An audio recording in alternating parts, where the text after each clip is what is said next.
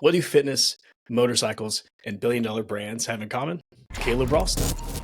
In this episode, we unpack how a winding, unconventional path turned into building personal brands for some of the biggest names in the business. Caleb, I can't thank you enough for taking the time to chat with me today and share your wealth of knowledge. You've got a ton of experience. With that, why don't you just go ahead and tell us a bit about who you are and what you do? Yeah, my name is Caleb Ralston, and I help build and scale brands online. I've been doing this for 16 years now. And most recently, I'm probably most known for working with some of the biggest names in business and in the business creator space, right? And I've been doing that for a while, but I got started in fitness, bodybuilding, and powerlifting. And I've actually worked in many different industries. So I've been in fitness, I've been in software, I've been in cannabis, I've worked with motorcycles, I've worked for publishing companies, like you name it. And really, kind of the theme that you could probably notice if you were to look at my career is I'm trying to extract context, right? I'm trying to understand how all these different industries, all these different types of companies, how they function, how they work, and how they communicate effectively with their audience. And the goal being to get to this point in my career where I kind of know how to speak to a lot of different demographics now, because I've done it incorrectly and correctly many times throughout the years now. And it's kind of a funny thing. We put out a video maybe 2 or 3 weeks ago on my YouTube channel, first one that I've put out so far. And I walked through my career, and it's funny because all along the way, I was like, what the fuck am I even doing here? Like, it was a very wild, windy journey. But now, there's that Steve Jobs quote that I'll butcher, which is basically like, you can't really connect the dots while you're in it. But when you look back, you can see all of a sudden it's like, wow, this all makes sense. I understand why I was doing all these different things, because now it ladders up to all the opportunities that I have in the current moment. That's so good. Yeah, no, I listened to I watched that video, and then I listened to your interview with Chris Do on the Future podcast, and it's always refreshing to hear that no one has it figured out, and it's just a straight linear path, A to Z. It makes me think of that. I think it's the Tarzan method, if you've heard that analogy before. No. So if you're working to a destination, as opposed to just kind of going in this linear path, it's the zigzag method. So it's kind of vine to vine, right? And what feels like you're moving laterally, you're still advancing. So you're swinging from vine to vine with this Tarzan approach. But, on paper, when it looks like you're not getting there, you actually are progressing. And I love, what you've kind of pointed out too, and like the things that you've gleaned from each of these experiences, and what I've heard you share about before. It's like, I almost view them and take it as like tools in the tool belt, right? So like, no effort was wasted. No pursuit was lateral or even retreating. It was always advancing your skill set, your insights, your expertise. And kind of with that in mind, like as you sit today, building your own business and taking everything you've acquired over these years, what would you say is maybe atop the list of some of the most valuable things that you've learned through that 16-year journey? That when you look at it from the 16 years, it looks like I was constantly advancing. But when you look at it from the micro, there was a lot of retreating. That's the reality. Like, I think we have gotten really good in our society of showing the highlights. And I think everybody talks about that. That's pretty cliche, but it's true. Like, I, there was many times where it was very, very difficult, and I could have easily chosen to just say, fuck this and try something completely different. I talk in that video about how I was laid off at Logos Bible Software, and that was such a wild moment for me, because I had always, even at an early age, placed my value and my identity in my work. And all of a sudden that was denied at the highest level. And so I genuinely questioned whether or not I should continue with video. And that was super early on in my career. If I would have made the alternative choice and not pursued it, so much of what has made my life the life that I love would not have happened. And so I think the biggest one is knowing that there's that dip that comes right before the upswing, right? And I think that for whatever reason, and I don't want to give some bullshit answer that makes me sound better than I am, because I'm not, but for whatever reason, I have been able to, more often than not, push through that dip.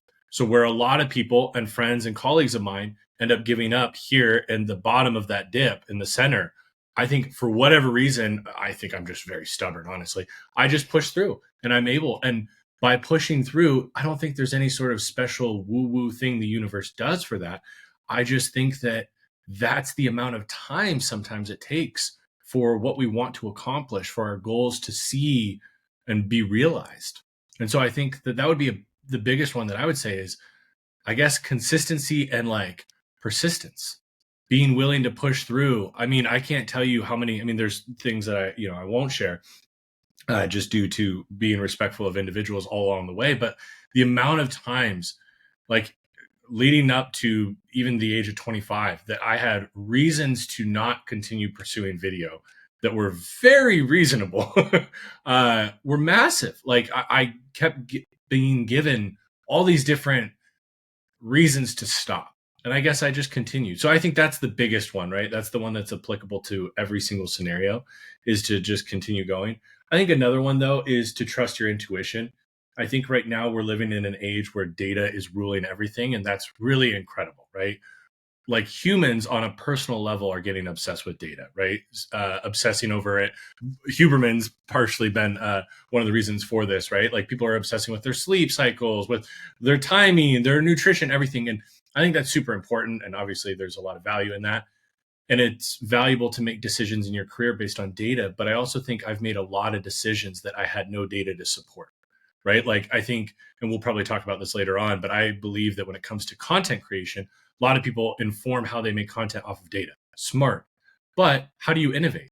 Well, true innovation, there is no data to support your innovation. And so I think that for me, in deciding to randomly move from Bellingham, Washington, all the way across the country to Brooklyn, New York, to work for PureWow, there was no data to support that that was the right decision, right? When I just randomly chose to move from Portland, Oregon to Las Vegas, Nevada, so I could ride my Harley more, because I had a feeling in my gut like something crazy was going to pop up, there was no data to support that, right? And so I think that another one would be, in an age of everyone saying, go away from your gut feelings are just interpreting data, right? They're just, when you have a gut feeling, all it is it's your body recalling a previous moment that felt similar and saying, this was the outcome that occurred.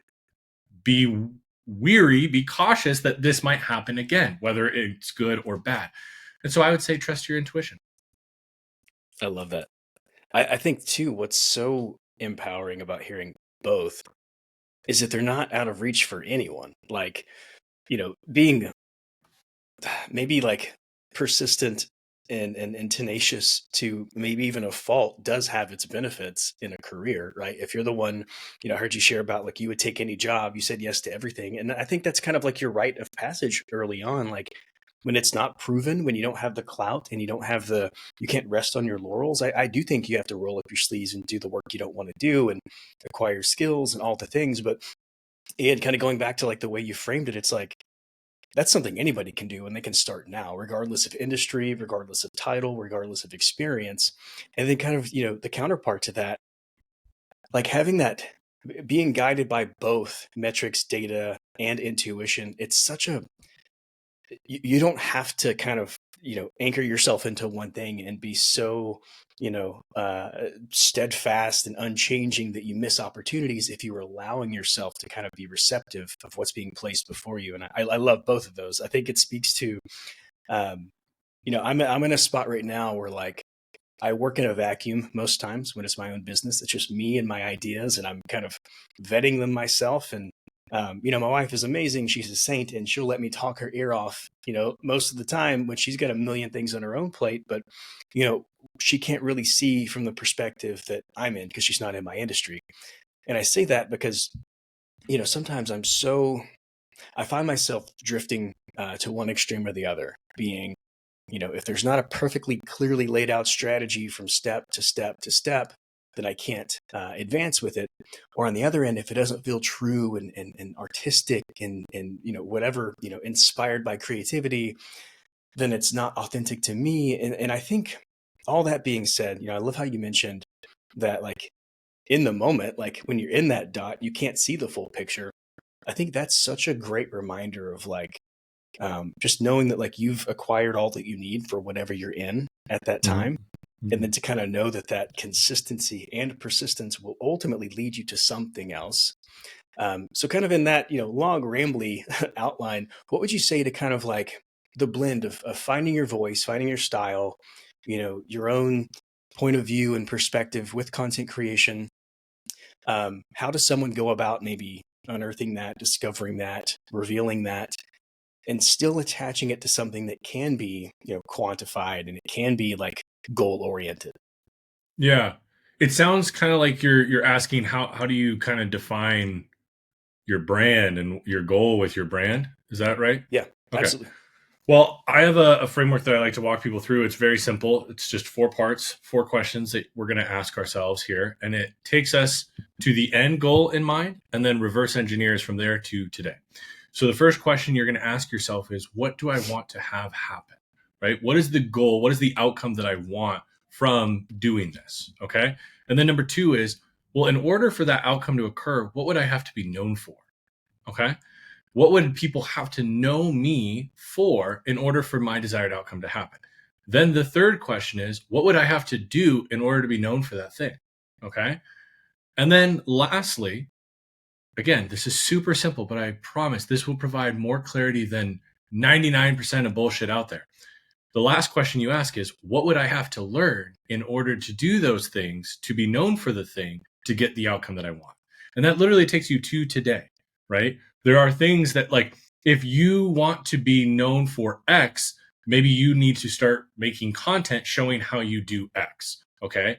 But then the reality is most people potentially watching this might not know how to make content, or might know how to make content only on one platform. So what would I have to learn in order to do it? Well, I have to learn how to make content on LinkedIn. Bang, off to the races, right? And so what this does is it gives us a direction to go in. A lot of people approach, there's an analogy that I love to share. I think a lot of people approach their content like Alice in Wonderland. And there's a point in Alice in Wonderland, and I'll butcher it, I won't get the exact like dialogue right, but there's a point where Alice is walking down the road and she comes up to a fork in the road, and there's a tree at the fork in the road. And in the tree is a cat named Chester. And Alice walks up to the tree and is like, yo, which direction should I go? And the cat goes, well, that depends greatly on where you want to go. And she goes, well, I don't know. And then he says, well, then either way will take you there.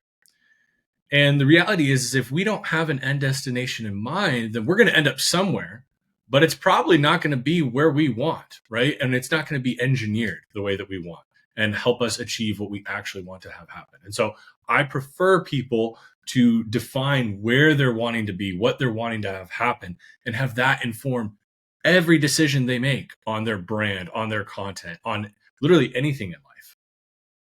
That's so good. I think we can obsess over kind of the nuanced aspects before kind of painting that vivid image of where we want it to take us. And that's kind of the wrong order of operations there. It's like trying to put the roof on before the foundation's laid, right? And I love that.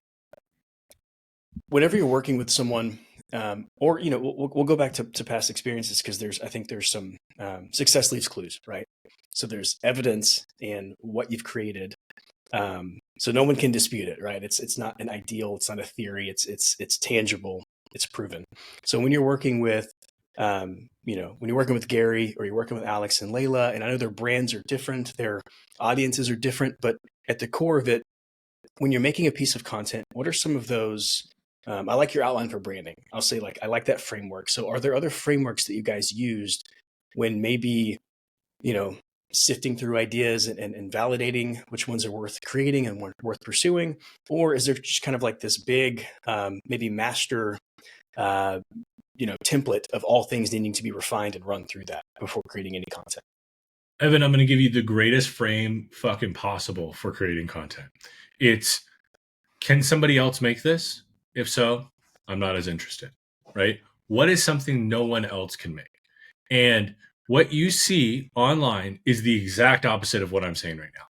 95, actually, you know what? Let's get very real. 99.9% of content online right now is regurgitated bullshit they heard from somebody else, and they're just saying it again, right? It's the same fucking 5 tips to save money on your taxes, 7 ways to get to 100,000 followers in 90 days, right? It's all this horseshit that one person has said, and then another million people have regurgitated. It's parroted content. Okay. And so, a lot of people, a lot of like content gurus, my counterparts online talk about like, go find your favorite creator and steal their videos and remake them or whatever. And I get it in practice, right? Like that's how I learned photography. I found my 3 favorite photographers, copied exactly their style. And then as soon as I got all 3 of them, then I started to combine elements that I liked. And then I created my own thing, right? So maybe that is what you have to do in the beginning. But I do not believe that that is a sustainable or correct way to do it long term. I'm going to use some vague examples right now. In the business creator space, there are a lot of individuals out there who are making content that are just duplicates of 2 individuals in the space right now, right? And everyone's copying it. And it looks like, if you look at their YouTube channels, they look like they are just like carbon copies. They're just clones, right? And yes, maybe that works. Maybe that gets you views, but I do not believe that that builds the brand that you actually want to have, right? And so I would encourage people, think of what are the things that only you can tell. And what are those? Those are stories. Nobody else has your stories, your experiences, okay? And so the best version, especially, we're mainly talking educational content, not entertainment here. In educational content, the best content you're going to make is you telling your stories, your experiences, and attaching a lesson, a takeaway to it, right? The lessons, the stories, that's what's going to engage people the most. That's what's going to break beliefs that will actually cause people to change what they do so that education actually occurs. This is what you want to be doing, not looking at what are the trending things that everyone in my space are talking about and then doing the same fucking thing. Yeah. Yeah, because it's fleeting anyway. Even once you land on it, it's going to change. It's going to become obsolete. I love that.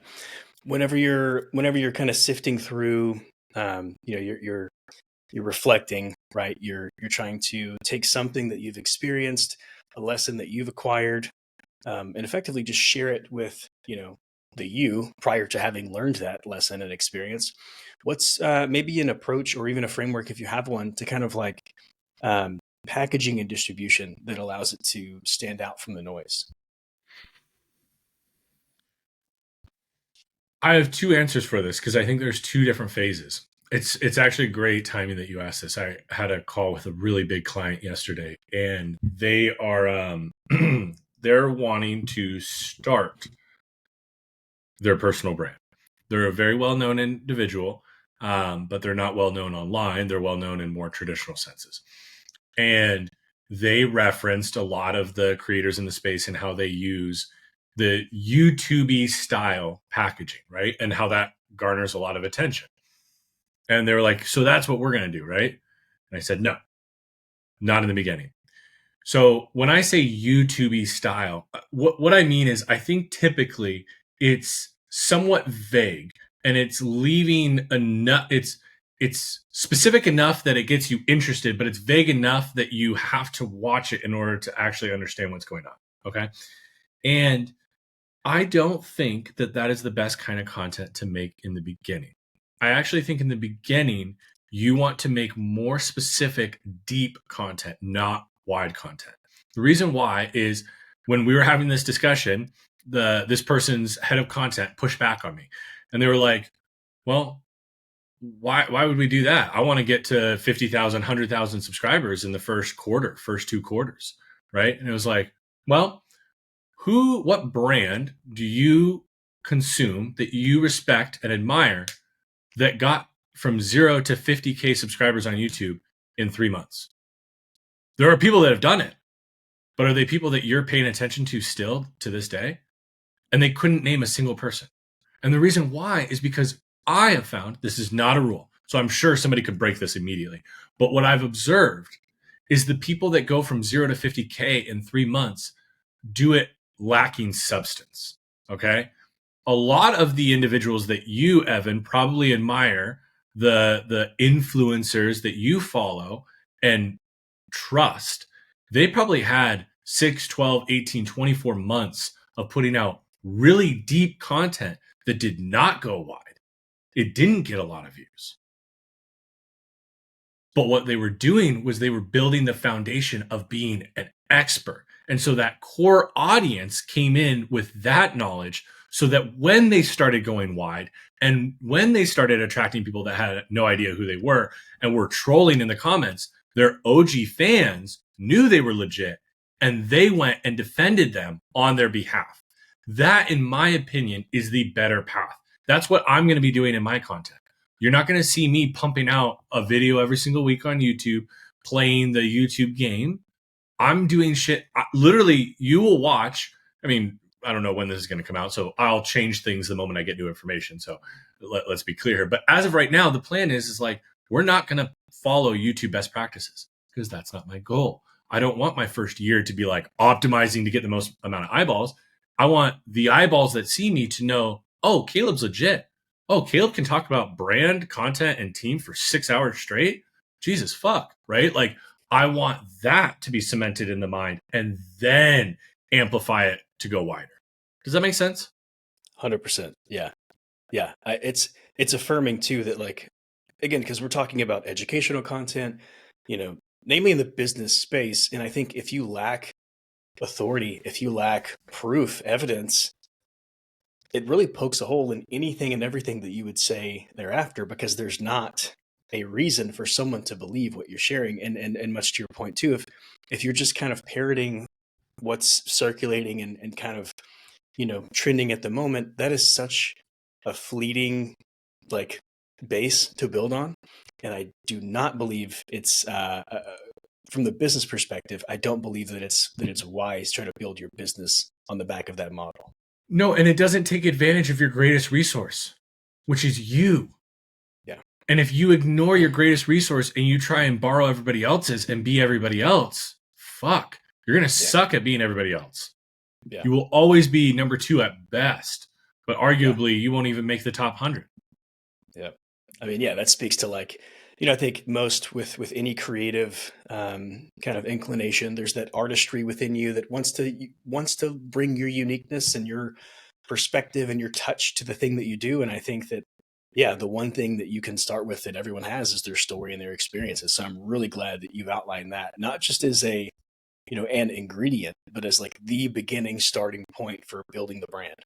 Yeah. And something to add, because we talked more about the people that are in the beginning stage. For those individuals that are listening that are at the point where they're like optimizing the fuck out of their content, and we are at the point where you've already established that base, what I recommend you do is, I don't like giving tactics nearly as much as principles because principles are forever, but tactically go to 1of1010.com and use that. That is an incredible tool to be able to see outlier packaging on other YouTube videos that you can then borrow or steal that format. Here's what I would encourage you to do. Don't do it in your industry. This is where everyone in the business creator space is fucking up right now. They're all copying each other, so nobody stands out. Guess what I like to do and what I encourage my teams to do? I have them look at other industries, look at video gamers, look at hunting channels, look at tech review channels, right? Look at these other industries that are very successful, do a really good job, spend hundreds of thousands, millions of dollars a year on testing and learning. Use what they're doing. That way you are the leader, not fucking copying every other motherfucker that is in your space. Yeah, I love it. It's like, I mentioned before we started rolling, kind of like the recent interest in SaaS and, the tech space and the B2B world was boring for a long while. And now you're seeing a lot of the people that are taking off. All they're doing is kind of looking over at what B2C brands and even like CPG ads and content looks like, bringing that in the B2B space. And everyone's just like, oh, wow, this is incredible. This is worth watching. This is new and exciting. And yeah, again, one thought is that everything you're sharing, it seems to be within reach to anybody who's willing to apply it. It's not this like, super ambitious, like 18-step process. It's like, these are principles that can be applied now and ultimately, assumably like, will improve someone's outcome. They will lead to something different and better. I'm looking at kind of, where I'm at, and speaking to, again, some of the interests of like creating a brand, helping others with content. rooting it again back to a business perspective, what are some of those fundamentals of creating content that doesn't just break through the noise and succeed, but actually helps to convert, actually generates in some capacity revenue, brings in clients? When you are making educational content, all you are attempting to do is scale trust. You are trying to build trust at scale. Okay. And so, in order to build trust, I believe that you have to earn it.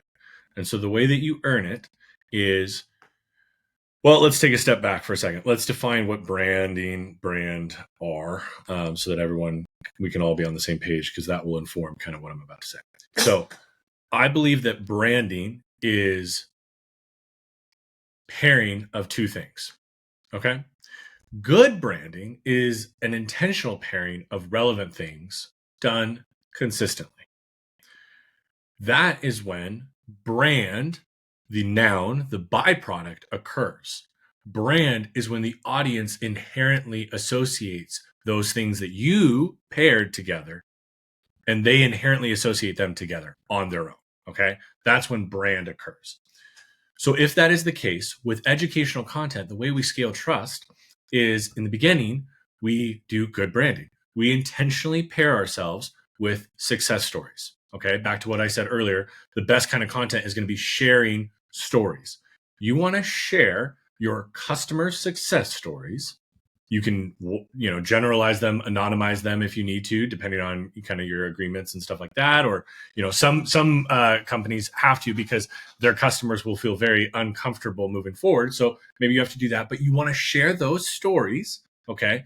And over time, that is you pairing yourself with something relevant. Okay. Relevant for the audience, the success stories.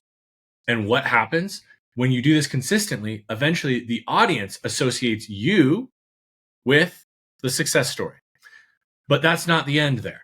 That is when trust increases. And when trust increases, they're now not just going to consume what you're saying in the video and passively watching it, they're going to act on it. And so now, when they go from just consuming it to acting on it, if you're telling them good shit, they're going to get the desired outcome. And then when that happens consistently, they no longer associate you with the success stories. They associate you with their success outcomes. And now you hold a very special place in their heart and in their head. And when you make them aware of an offer that you have, for example, suddenly they're like, well, I have been essentially trained to believe that whatever Evan tells me to do, when I do it, I get more in return than what I invested. Because I've watched Evan's videos, I put into practice what he said, all I invested was my time. Maybe sometimes what you're investing, maybe you're telling people to run paid media or whatever, so it costs a little bit, whatever. But they're going to get more in return.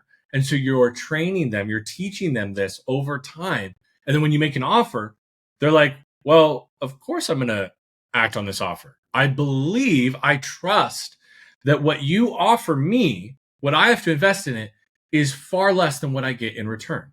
And so that's all you're doing with educational content.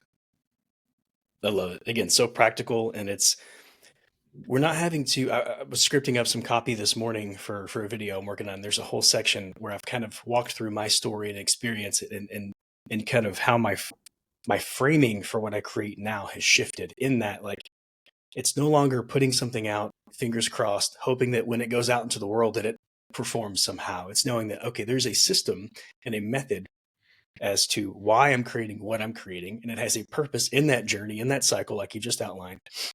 So it gives everything, it attaches it to an outcome, or it attaches it to an intention, rather. And I think viewing it from that perspective, whether you're the audience watching your favorite creator that has built the rapport with you because they've done everything you just shared, or you're the person creating content for your ideal client or your prospect, it takes away like so much of the uncertainty, and it takes off so much of the pressure, because we're not playing. And again, this is framed up in the business world, educational content. We're using it as a strategic, asset to grow a business, not in the entertaining world.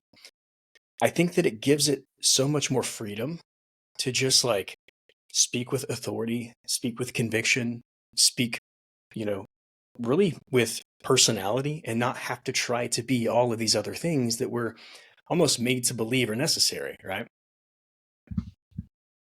Completely agree. And it's, again, it's such a, it's like the blinders have come off and it's just like such a clarity, right? That's kind of, it's maybe even like, a cheat code, right? Because you're not having to play this, you're not in the hamster wheel and having to play this game that's maybe unwinnable because it's target's always moving. It shifts it back over to something that is, it's a process. It's an approach that can be measured and it can be repeated and it can be scaled and built upon.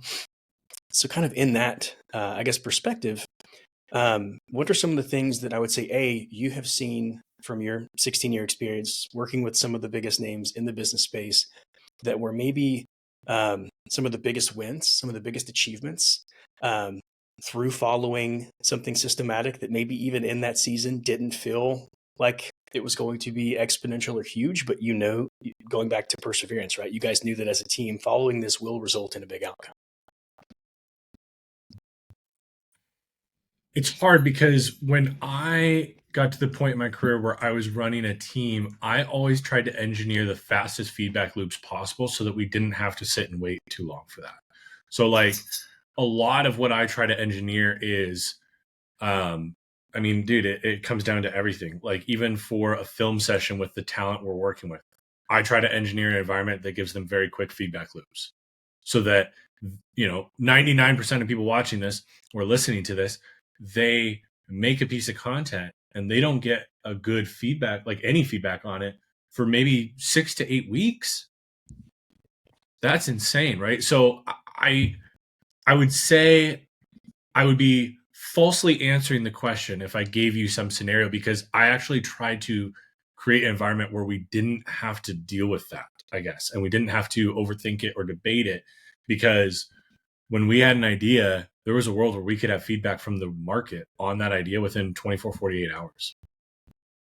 So what are some of the ways that you would say maybe, encouraging those fast feedback loops and putting things in place that allow for that?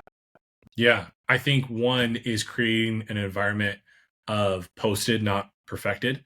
So I think a lot of people, they have an idea and they have their ego attached to it. And so they need it to be 100% of what they envision. For me, I can't tell you how many times I would wake up at like 4 a.m. on a Wednesday, just start ripping, right? Like 2 cups of coffee, just chug it, getting going and sending all kinds of crazy ideas to the team and being like, hey, please make this, do this, da, da, da. And, by, I don't know, 2 p.m. or whatever, something would be made and I'd watch it. And was it what I originally anticipated or expected or imagined? No, not at all. Not even close usually, but that's fine. I don't give a fuck. Like it's my subjective call ultimately. So like, let's let the market decide. So that was one thing is I was always trying to not have my ego run it. That's a big one. I think another one too is being okay with failing, right? Like I coined this term called "we love a good flop," and I think there is so much value in this. And like to use that example of me waking up at 4 a.m. and sending all these ideas to the team, would all those ideas perform? No, a lot of them would flop. And guess who was the first person to mention to the team how shitty that post did? Me, right? I would immediately, as soon as I saw it, because you can usually tell within like 5 minutes. So now content is living longer and pops a couple days into it, but I still have a good hunch. Within an hour or so, I'd be like, all right, team, well, guess who had the worst idea this week? This guy. This guy sucks. What a loser. Just kidding. It doesn't matter.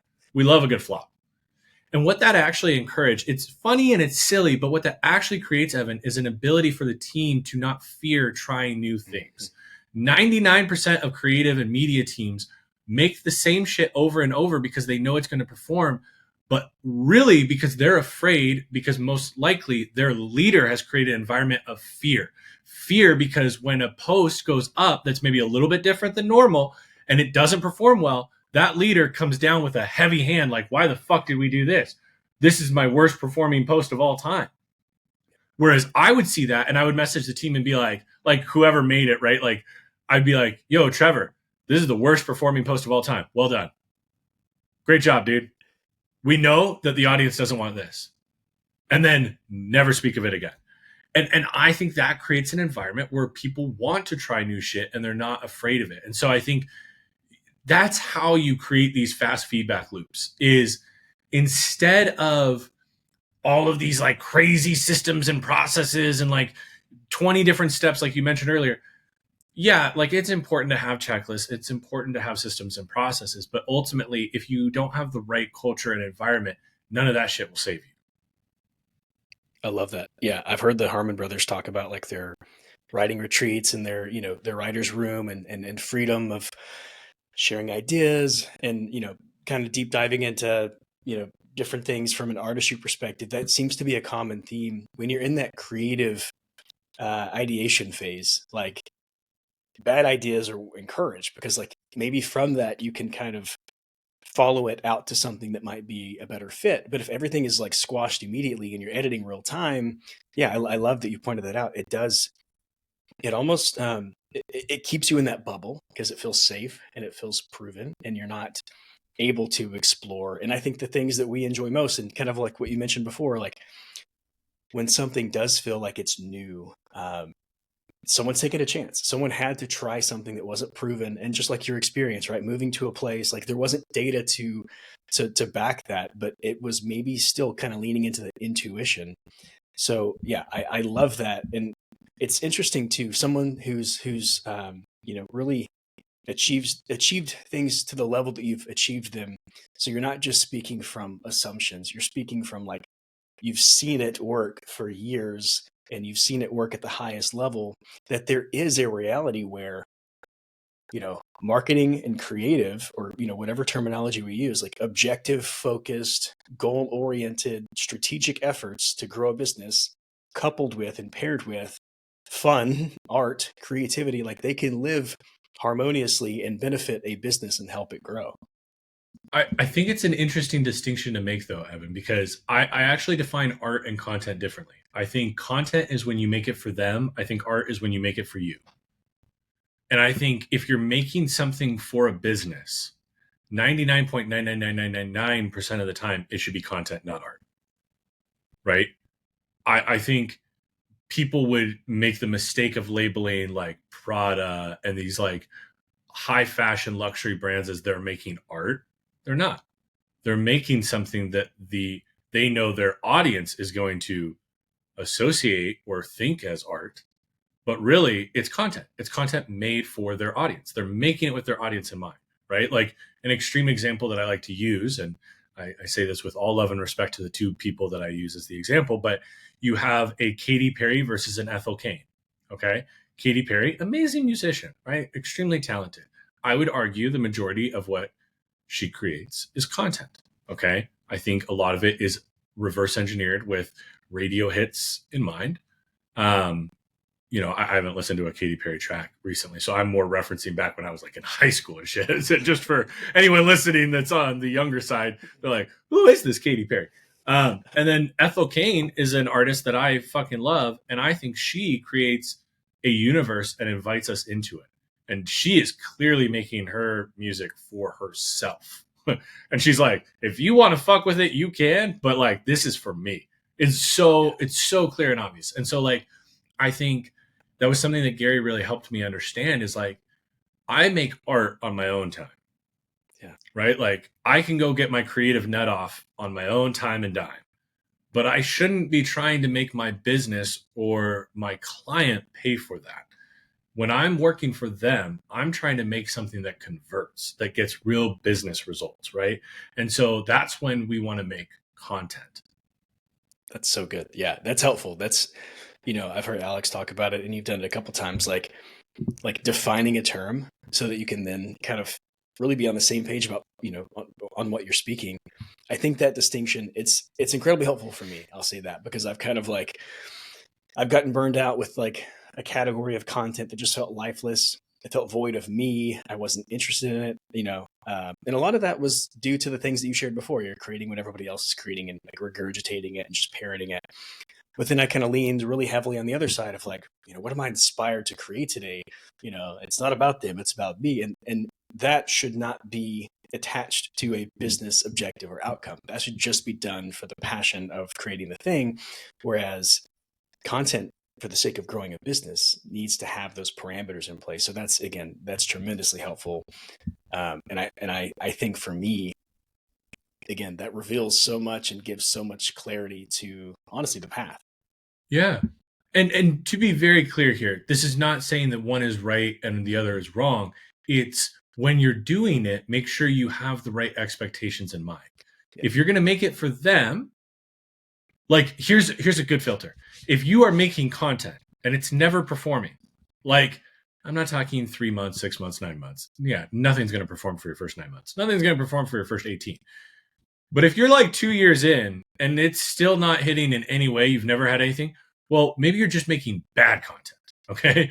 But like art, for example, the best artists of our world, of our history, a lot of them never popped until after they died. Yeah. Like, think about that for a second, because they were making it for themselves and they continued to make it for themselves. They didn't have an improper expectation, right? Like, so that's what I want to make sure is clear is make art.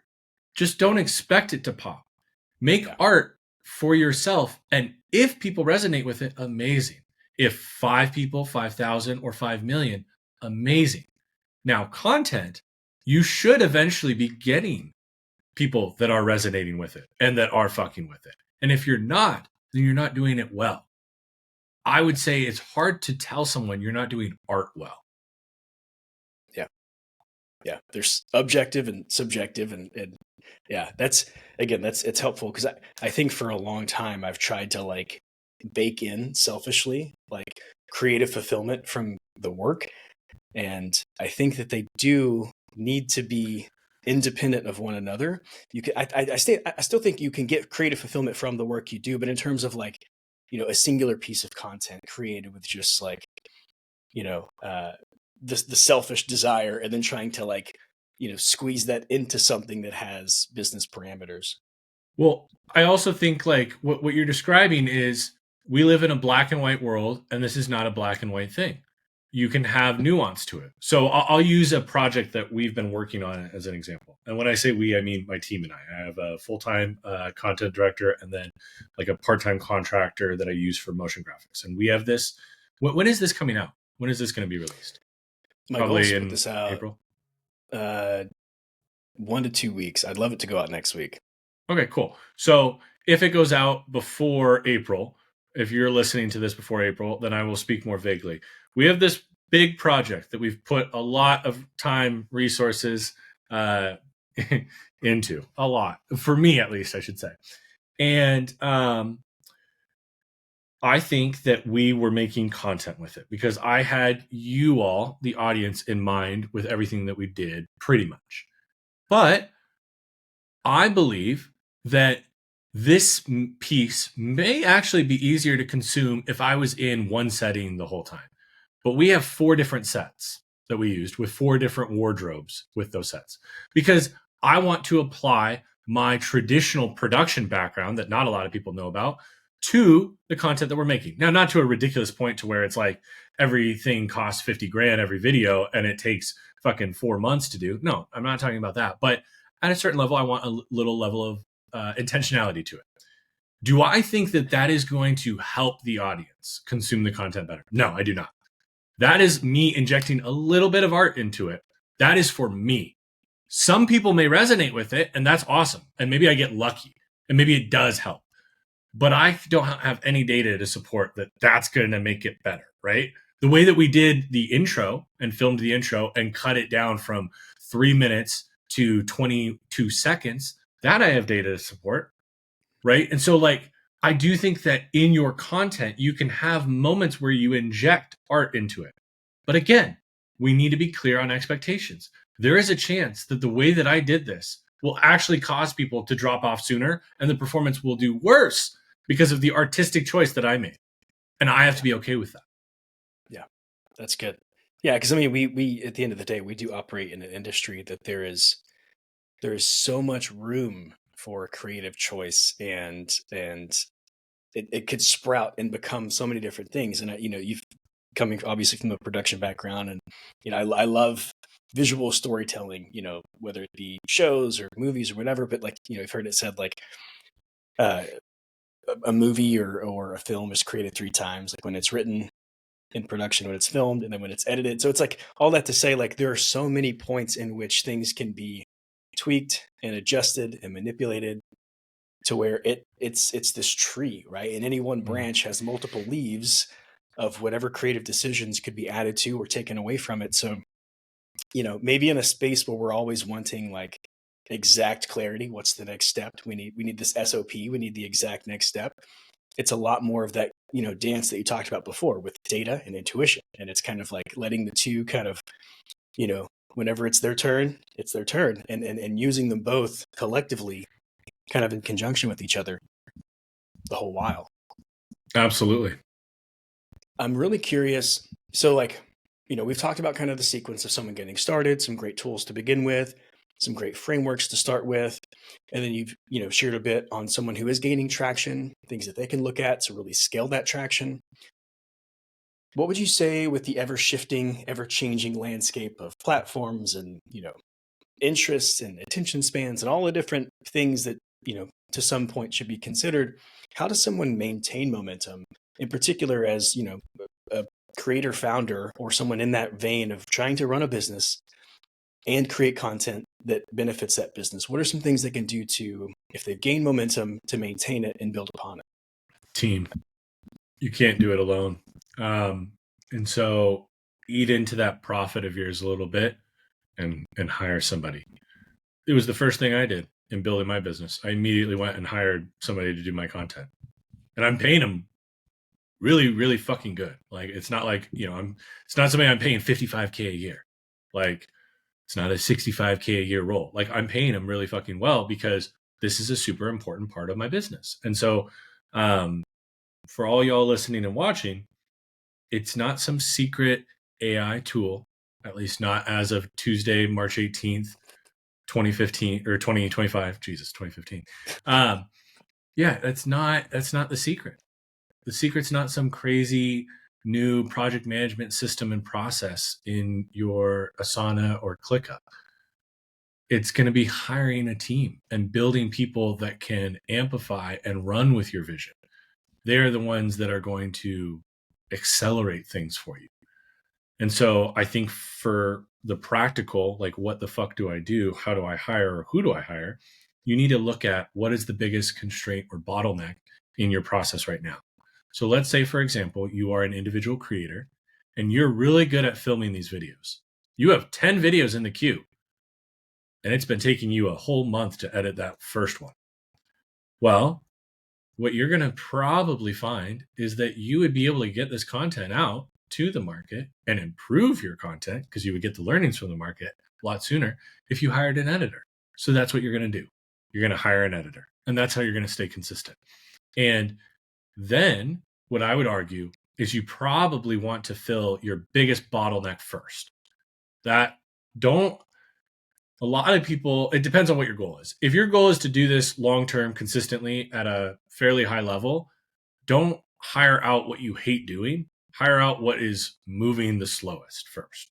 Then the second thing can be hiring out what you hate doing. So let's say, for example, the slowest thing is editing. Cool. You hire an editor, and now you're putting out twice as many videos per month and you're getting more leads. Amazing. Now you're at a point where you're like, okay, we have budget to be able to hire a third person. The third person might be a hire where you're like, I fucking hate pre-production. I hate this part so much. Cool, hire that out. Hire an ideas and conceptor, somebody who can put together 10 different YouTube ideas. You pick 3, and then they can build a brief for you, a whole outline or script, depending on how you like to roll. That's what I would do. It's so many people are trying to come up with like the better system. Fuck that. Hire someone or multiple people potentially. But the big one, if you didn't catch it, so I will explicitly say it, don't hire to fill a fucking role, hire to solve a problem. And in this example, the problem was that you weren't able to get through videos in the post-production phase quick enough. And so you're hiring an editor to solve that problem. The biggest mistake people make is they look at what all these other creators did and how they hired, and they hire accordingly. But that's not what you want to do, because you don't have the same strengths and weaknesses as those creators. You have to hire to supplement your strengths and weaknesses, not Gary V's.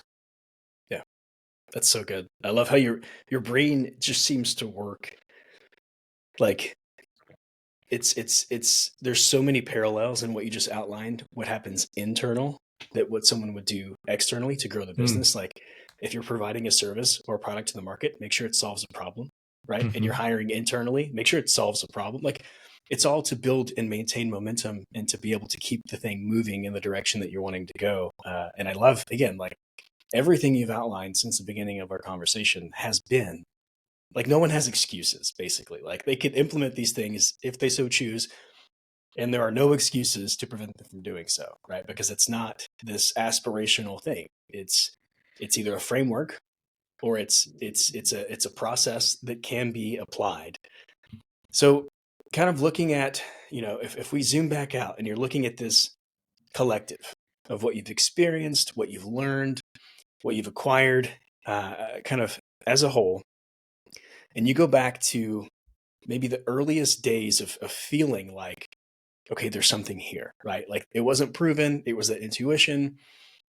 Maybe that's the early days of landing a few of the, the more well-known, like the Flex Lewis's, the bodybuilders.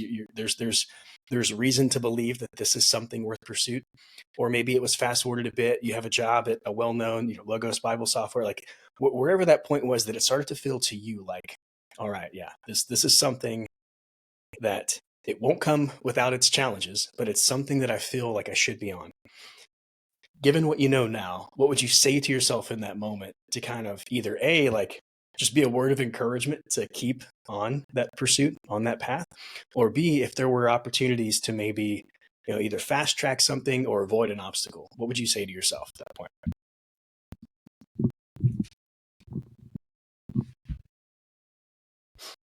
I think I would tell myself that everyone online and a lot of people around you are going to try and tell you how to fast track it. Don't do it. You're just now feeling like you've got confirmation that this is the right path. Don't get too high on it. You're going to have many more times where you feel like this isn't the right path. You're going to get kicked in the teeth in ways that you never thought, in ways that you'll never share. And you're going to become the man that you wanted to be when you were a young boy through all of those experiences. And you're going to get, oh, my puppy is barking now. Sorry. We'll let him pass. I was going to say, you're going to get this really cool opportunity 13 years down the road from now where you're going to get to help the current version of you, but lots of them, hundreds of them. And that, regardless of what you accomplish in your career for yourself, that will make all of this worth it. Because the more challenges you face, the more different challenges you can help other people overcome. That's so good. That's incredible. Yeah. It's evident that your heart is in what you do and that you're not someone who shies away from challenges, because on the other side of them are lessons that can be, transferred to someone else. So yeah, thank you for sharing that. I think that's something that most people glaze over, right? Like the depth of lessons. They try to just share the topical tactics and things and strategies. But yeah, what you've been gracious enough to share, it's got root, and there's roots to it, and I'm grateful for you sharing that. So, Caleb, is there anything that I didn't ask that I should have? No, you asked great questions, Evan. I loved it. This was really fun. Thank you. Yeah, and thanks for giving me the opportunity. No, it's my pleasure. Again, like you've got a wealth of knowledge. It was an absolute pleasure to just spend this time talking with you, and I have zero doubt that there will be so much value for other people who listen as well. So thanks again for your time, man. It's been an absolute blast. Thank you, Evan. The honor has been mine.